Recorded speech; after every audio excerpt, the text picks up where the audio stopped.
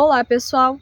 Eu sou Andressa Tolfo Bandeira, estudante do Instituto Federal Farroupilha, Campus Santo Augusto.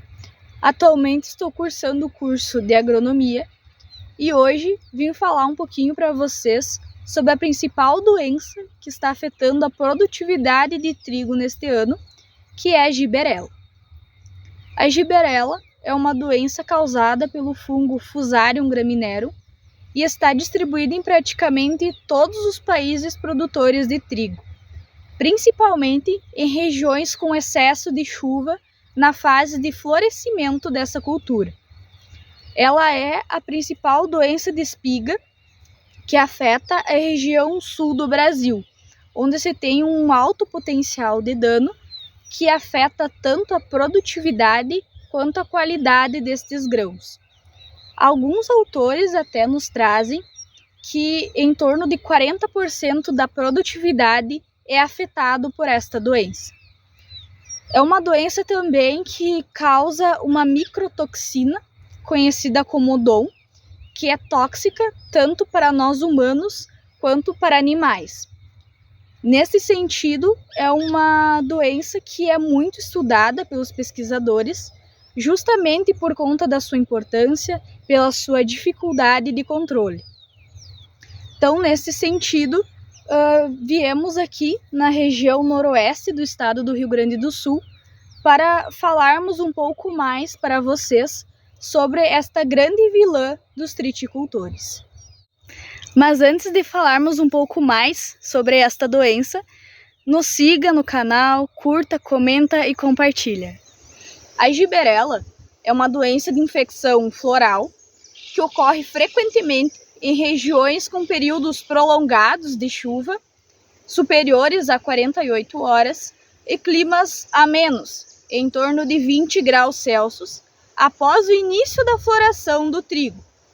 Condições favoráveis ao desenvolvimento do patógeno podem causar danos severos desta doença, assim como está acontecendo na região sul do Brasil, que está passando por um período de El Niño, ou seja, com chuvas prolongadas, muitas chuvas, e também um clima ameno, o que está favorecendo a incidência e o ataque desta doença, o que, por consequência, com certeza vai afetar na produção e na qualidade dos grãos desta região.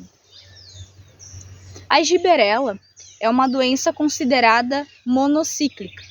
Ela pode sobreviver em plantas hospedeiras vivas, como centeio, triticale, aveia preta, aveia branca, mas possui como fonte primária do inóculo os resíduos culturais. Na palhada do milho, principalmente, ela possui uma maior capacidade de colonização pelo fungo na sua fase saprofítica. Ela ainda pode se hospedar em resíduos culturais de plantas forrageiras e plantas daninhas, principalmente plantas da família Poaceae. Nos resíduos culturais, essa doença vai produzir os macroconídeos, que são esporos assexuais do fungo, que podem se propagar pelo vento, pela chuva. Em condições de molhamento, vai ocorrer a produção dos peritécios, que vão liberar os ascósporos, que são os esporos sexuais do fungo. Tanto os macroconídeos quanto os ascósporos podem infectar as plantas, podem infectar as espigas do trigo, principalmente na fase de floração, que é quando ocorre a extrusão das anteras. Por que na fase de extrusão das anteras? Porque é quando o ovário se abre, ele está mais sensível ao ataque desta doença. Por isso que o sítio primário é na extrusão das anteras. Bom, pessoal, para vocês visualizarem de uma forma melhor os sintomas e os danos da giberela no trigo, eu vou trazer para vocês algumas imagens que vão ilustrar melhor esses sintomas e danos para vocês identificar. Então, após a ocorrência da infecção, O fungo se propaga através da raquis da espiga e os sintomas se tornam visíveis após alguns dias, onde as espiguetas infectadas perdem a clorofila, tornando-se assim esbranquiçadas ou de cor pálida. Além disso, as aristas tornam-se arrepiadas, assim como podemos ver na imagem. Sobre as glumas e lemas, podem-se visualizar a esporulação do fungo, constituída de conídeo, em uma massa de cor alaranjada ou em conjunto com um micélio rosa, onde posteriormente vão ser formados os peritécios do fungo, que são pretos e globosos. Os grãos infectados vão apresentar menor volume e menor massa, com aspecto xoxo e descolorido. E com a evolução da doença, toda a espigueta do trigo vai se tornar esbranquiçada, vai ficar numa coloração esbranquiçada. O uso de cultivares moderadamente resistentes a esta doença é uma ferramenta muito importante na produção. Todavia, não há no mercado nenhuma cultivar totalmente resistente a esta doença, o que para os produtores é um sinal de que só vai conseguir tolerar ou controlar essa doença por meio do controle químico. Olá, eu sou Cirineu Adolfo Bandeira, sou engenheiro agrônomo da Cotripal, da Unidade de Grãos de Nova Ramada. Vou falar um pouco sobre o controle químico, né, da giberela. Bom, a giberela é uma doença que não é tão fácil o controle químico dela. A melhor forma seria manejar, semear cultivares com uma certa resistência sobre essa cultura, sobre essa doença. Mas o controle químico dela hoje ele é dificultado principalmente por elenco 3 motivos. Primeiro, a falta de fungicidas específicos para essa doença. Hoje nós não temos nenhum fungicida que tem essa especificidade em cima da doença. Porém, nós temos alguns triazóis, do grupo químico dos triazóis, fungicidas, que atuam sobre a doença. O exemplo deles são 2, o fluconazol e o proteoconazol, que são triazóis que têm uma ação sobre a doença. Segundo ponto, momento de aplicação visando esse controle da doença. O momento da aplicação é crucial para você ter um controle ou não sobre a doença. O momento de aplicação ideal seria quando 50% das anteras estivessem extrusadas, ou seja, no florescimento da cultura.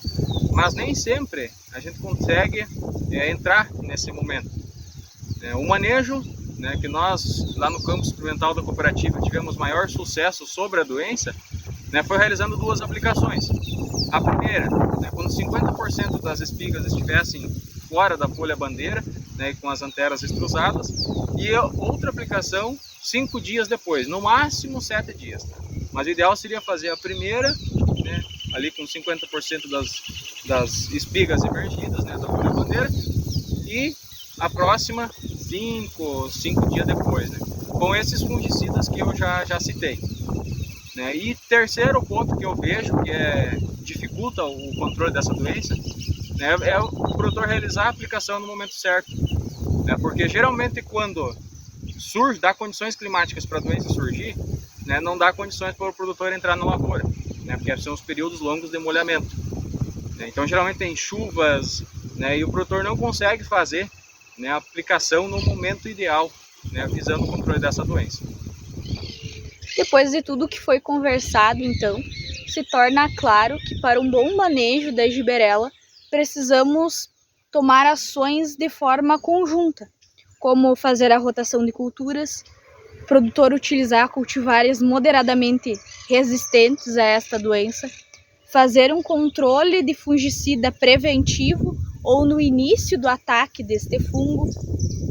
Por fim, ainda, o produtor precisa monitorar também as condições climáticas da sua região, ver o que vai acontecer justamente para tomar as ações preventivas e não para tomar uma iniciativa após o ataque da doença já. Além de fazer um escalonamento de semeadura, que vai diminuir os riscos e desta forma maximizar a sua produção.